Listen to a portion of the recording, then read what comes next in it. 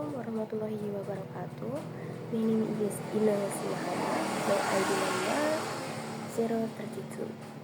Oke, hari ini aku mau bikin video terkait menjelaskan tentang DSP atau destinasi super prioritas. Nah, apa sih DSP ini? DSP ini kayaknya kalau nggak salah tentang rencana induk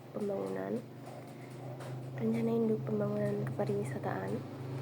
Pembangunan pariwisata guna meningkatkan kualitas dan kuantitas destinasi dan mewujudkan industri pariwisata yang mampu menjadi penggerak ekonomi nasional. Jadi itu kayak ngembangin pariwisata itu, kayak pariwisata yang ada di Indonesia gitu ya.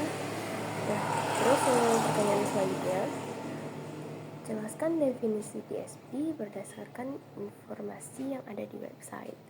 Jelaskan asal-muasal destinasi super prioritas. Kalau konsep DSP ini sendiri itu muncul sebagai upaya Kementerian Pariwisata Indonesia untuk meningkatkan kualitas dan kuantitas pariwisata nasional. Nah, itu tuh awalnya kayak bentuk perwujudan rencana induk pembangunan kepariwisataan tahun 2010 sampai 2025 yang diatur dalam peraturan pemerintah nomor 50 tahun 2011. Itu kalian bisa cek di websitenya Kemen apalah itu. Nah, terus pengembangan DSP itu sendiri dipilih oleh kebutuhan untuk meningkatkan daya tarik destinasi wisata Indonesia. Fokusnya ada 10 destinasi prioritas di luar Bali, yaitu Borobudur di Jawa Tengah, terus Mandalika di NTB, Labuan Bajo di NTT, Bromo Tengger Semeru di Jawa Timur, Kepulauan Seribu di Jakarta, Danau Toba di Sumatera Utara, Wakatobi di Sulawesi Utara, Tanjung Lesung di Banten, Morotai di Maluku Utara, dan Tanjung Kelayang di Kepulauan Bangka Belitung. Terus untuk pertanyaan selanjutnya, ceritakan bagaimana konsep DSP ini muncul, latar belakang pengembangannya di Indonesia. Mengapa DSP itu penting? Untuk latar belakangnya itu kebutuhan untuk meningkatkan daya tarik pariwisata nasional tadi ya, dan meningkatkan pendapatan ekonomi lokal. Nah, kenapa DSP itu penting? Karena ya itu tadi, meningkatkan daya tarik pariwisata nasional dan juga meningkatkan pendapatan ekonomi lokal, serta ini tuh bisa jadi ajang buat ngenalin budaya Indonesia ke wisatawan gitu, ke wisatawan luar. Terus selanjutnya, apakah destinasi super prioritas ini berguna atau bisa meningkatkan pariwisata kita? Kalau aku pribadi sih berpendapat mungkin bisa ya, karena kayak gimana ya, itu tuh bisa ya itu tadi meningkatkan daya tarik pariwisata nasional gitu, dan juga bisa meningkatkan pendapatan ekonomi kita. Terus yang terakhir tadi, bisa jadi ajang buat ngenalin budaya kita ke orang luar gitu, jadi bisa memperkenalkan budaya kita lebih baik gitu.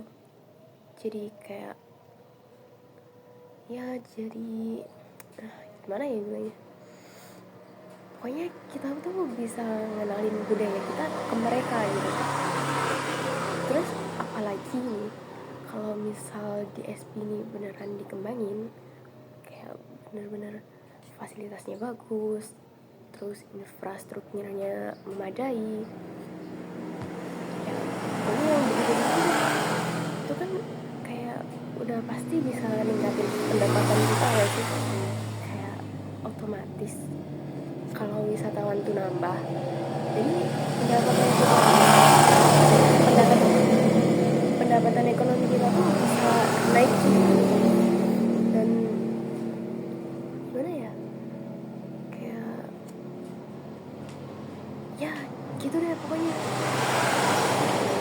Jadi menurutku pribadi ya, kalau destinasi super prioritas ini beneran dilakuin, beneran terlaksana gitu, tuh benar-benar bisa meningkatkan pariwisata kita. Benar-benar ya, semuanya tuh jadi nggak berfokus sama di Bali aja kalau terkait pariwisata.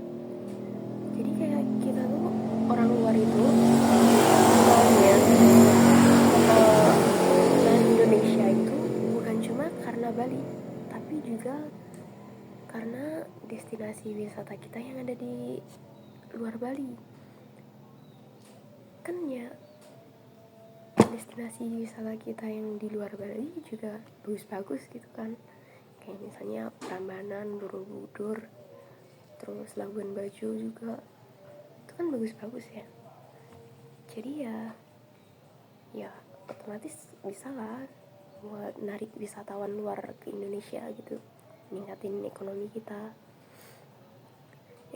Ya jadi ya gitu deh pokoknya. Itu semua tentang pendapat pribadi aku ya. Jadi kalau misal ada yang tersinggung, aku minta maaf, jangan marah. Kalau misalnya ada kalian punya opini lain tentang DSP ini, bisa tulis di kolom komentar. Oke, dan juga kalau kalian mau penasaran tentang websitenya si apa sih namanya, pokoknya Kementerian Pariwisata itu bisa kunjungi linknya langsung ya, nanti aku taruh di link description bawah. Oke, jadi sekian dari aku, see you next time and thank you, bye bye.